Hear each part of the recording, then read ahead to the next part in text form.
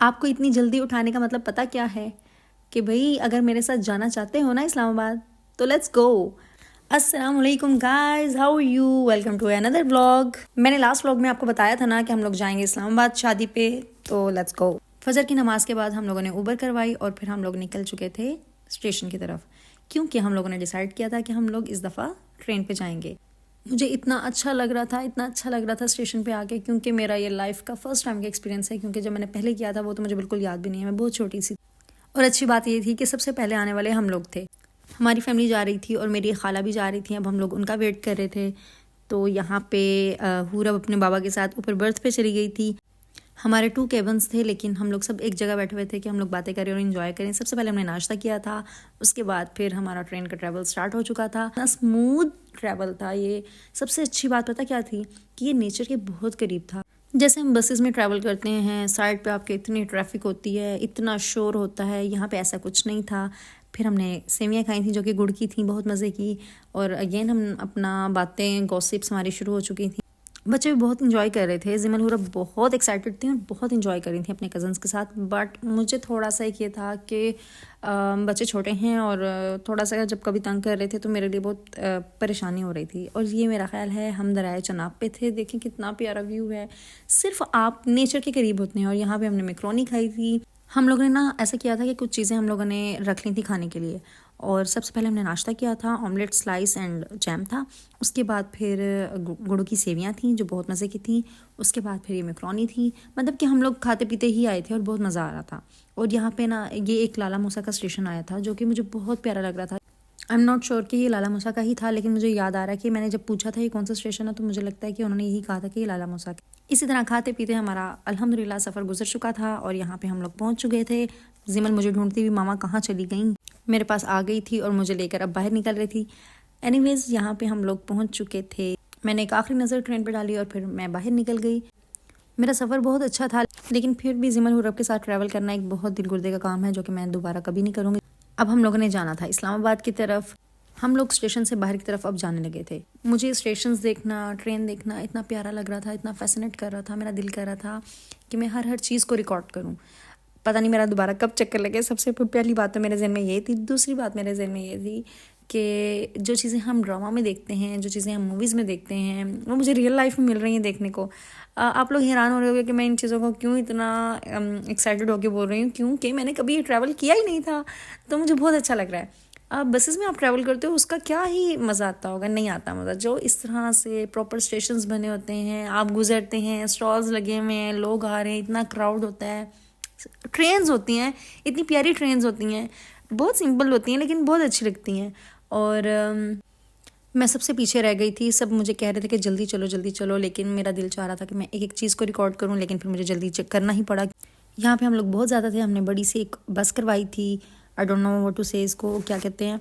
तो खैर उसके बाद फिर हम लोगों ने इस्लामाबाद की तरफ अपना ट्रैवल शुरू कर दिया था। अब क्योंकि हम लोग लाहौर टू रावलपिंडी आए हैं और मुझे पता चला कि इस्लामाबाद में तो कोई स्टेशन ही नहीं है। एनीवेज हमारा ट्रैवल बहुत बहुत बहुत लंबा हो गया था। मैं बहुत ज़्यादा थक गई थी, बच्चे बहुत ज़्यादा थक गए थे, बच्चे बहुत ज़्यादा तंग कर रहे थे।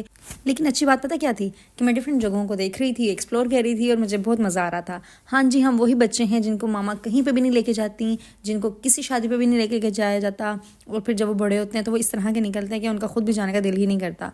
लेकिन अल्हम्दुलिल्लाह मेरा ये प्लान बन गया था, तो अंदर अंदर मैं चाह रही थी कि ना ही जाऊँ, लेकिन फाइनली मेरा डन हो गया और मैं चली ही गई और इन्जॉय भी बहुत किया।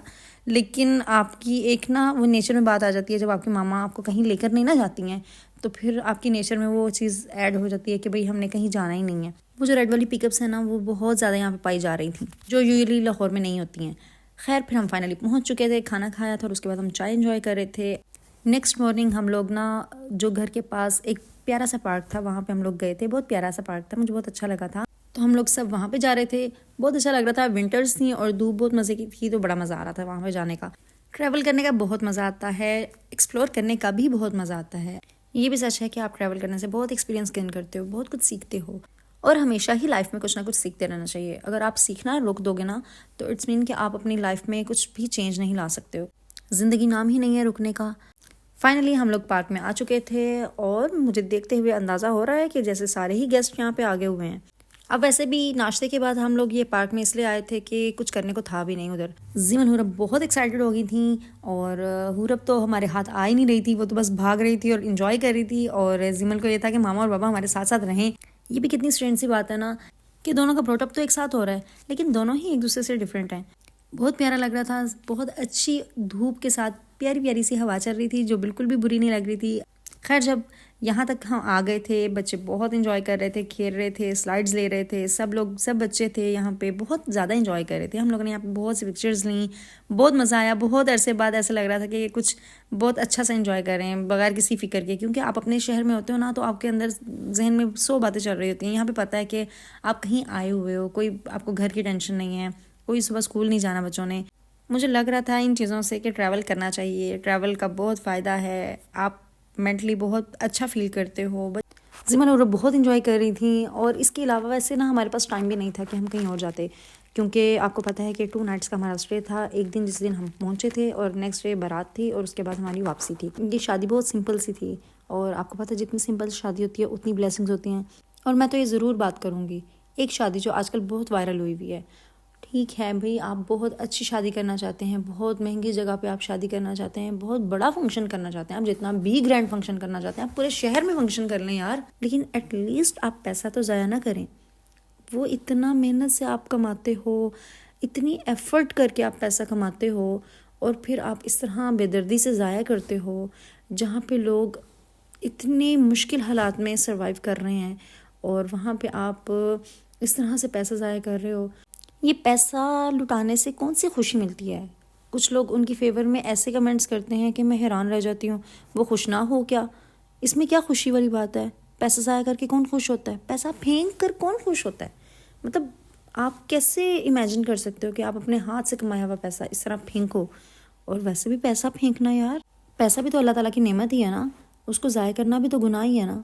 खैर फिर हम घर आए और हमने आके खाना खाया और फाइनली मैं उस जगह पे पहुंच गई जहाँ पे मैंने ये डिसीजन लिया कि मैं ज़िंदगी में कभी भी अब इन बच्चों के साथ ट्रैवल नहीं करूँगी।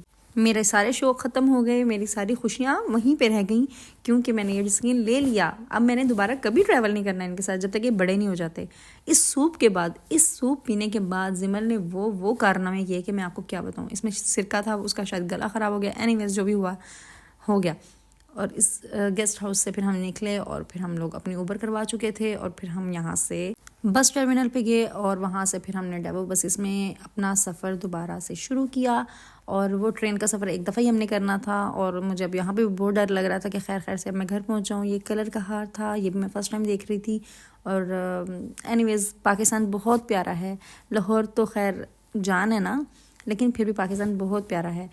कुछ चीज़ें ना एक्सपीरियंस करने के साथ ही पता चलती हैं, जब तक आप उन चीज़ों का एक्सपीरियंस नहीं करोगे ना आपको पता नहीं चलेगा। अब जो ट्रेन का सफ़र था वो मेरे लिए बहुत मेमोरेबल था। शायद मैं पता नहीं कब करूं, शायद कभी ना करूं, क्योंकि आउट ऑफ स्टेशन मेरा कोई रहता नहीं है तो मुझे आइडिया नहीं है कि मैं दोबारा कभी जाऊंगी। लेकिन फिर भी बहुत मज़ा आया। आई होप कि आपने भी बहुत इन्जॉय किया होगा। Thank you so much for watching. अल्लाह हाफिज़।